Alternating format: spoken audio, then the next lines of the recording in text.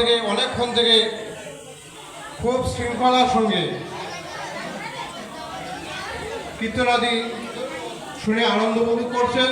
খুব ভালো লাগছে, এত সুশৃঙ্খলভাবে উৎসবের প্রতিটি কাজ উপভোগ করছেন, দেখে ভালো লাগলো। আমি সবার কাছে অনুরোধ রাখছি, পরম দয়াল শ্রী ঠাকুরের যে ভাবাদর্শ জীবন দর্শন তা শুনে নিয়ে যখন মেনে চলবেন সবাই উপকৃত হবেন। তাই অল্পক্ষণের মধ্যে এখনই ধর্মসভা আরম্ভ হবে। এই ধর্মসভা গরু ওই রোদের মাঝে বিড়াল উঠে পরে উঠে